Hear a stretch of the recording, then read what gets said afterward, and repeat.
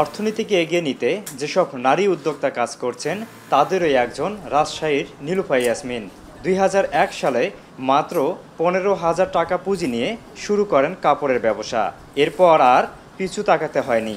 ২০০৬ সালে গড়ে তোলেন ৩টি বড় ব্যবসা প্রতিষ্ঠান, যেখানে ৩,০০০ মানুষের কাজের সুযোগ মিলেছে।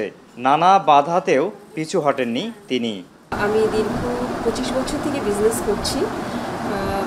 তো আমার এসএন ফ্যাশনটার যাত্রা হচ্ছে ২০০১ সাল থেকে শুরু হয়েছে এবং আমি পাশাপাশি আরও ২টা বিজনেস আলামতে এস্টাবলিশ করেছি। যেমন আমার নীলাঞ্জনা নামে একটা প্রতিষ্ঠান আছে, যেখান থেকে আমি রিটেল সেল করি।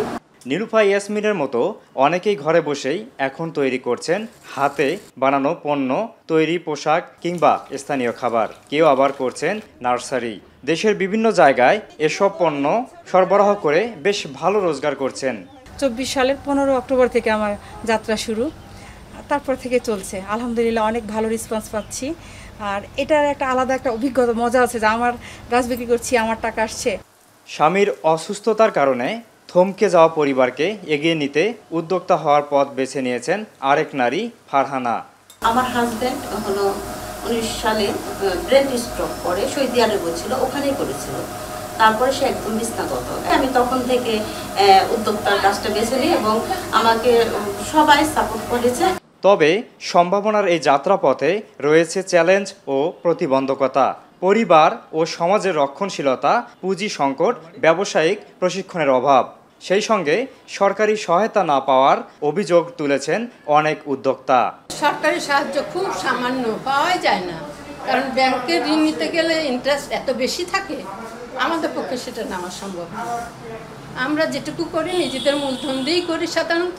বর্তমান অবস্থায় আসলে নারীদের এই উদ্যোক্তা হওয়াটা তো খুবই চ্যালেঞ্জিং একটা বিষয়। আমি নিজেও সেখান থেকে উঠে আসছি। তবে চেম্বারের সহায়তায় আমি অনেকটাই সাহায্যে অনেকটাই এগিয়ে যাচ্ছি। আর নারী উদ্যোক্তাদের স্বনির্ভর হওয়ার জন্য প্রশিক্ষণ, ক্ষুদ্র ঋণ ও বাজারজাতকরণে সহযোগিতার আশ্বাস দেন Rajshahi women chamber of commerce and industries সভাপতি। নতুন যারা উদ্যোক্তা তাদেরকে তো আমরা সব সময় জন্য মোস্ট ওয়েলকাম করি আমি, কারণ তারা আসছে আমাদের কাছে। আমরা চেম্বার খুলে বসেছি, আমাদের চেম্বার আছে Rajshahi women chamber of commerce and industry.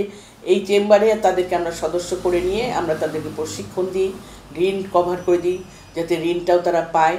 বিশেষ গুরুত্ব ও পৃষ্ঠপোষকতার মাধ্যমে নারী উদ্যোক্তাদের উৎসাহ দেওয়ার পরামর্শ এই শিক্ষকের। সরকারিভাবে নারীদেরকে যেটি হলো ক্ষুদ্র ঋণের মাধ্যমে যদি তাদের এই ছোট ছোট যারা উদ্যোক্তা তাদেরকে যদি সহায়তা করা হয়, সেক্ষেত্রে নারীরা আরও বেশি উৎসাহিত হবে, আরও বেশি তারা উদ্যোক্তা হতে আগ্রহী হবে। নারীদের আরও স্বাবলম্বী করতে হলে সরকারির পাশাপাশি বেসরকারি সংস্থাদের এগিয়ে আসতে হবে। তবেই নারীদের যে স্বাবলম্বী হওয়া এবং উদ্যোক্তা হওয়ার গল্প তা রাজশাহীতে আরও প্রসারিত হবে এবং নারীরা পাবে তাদের নতুন জীবন, নতুন কর্মসংস্থান। মারুফ হাসান, এখন, রাজশাহী।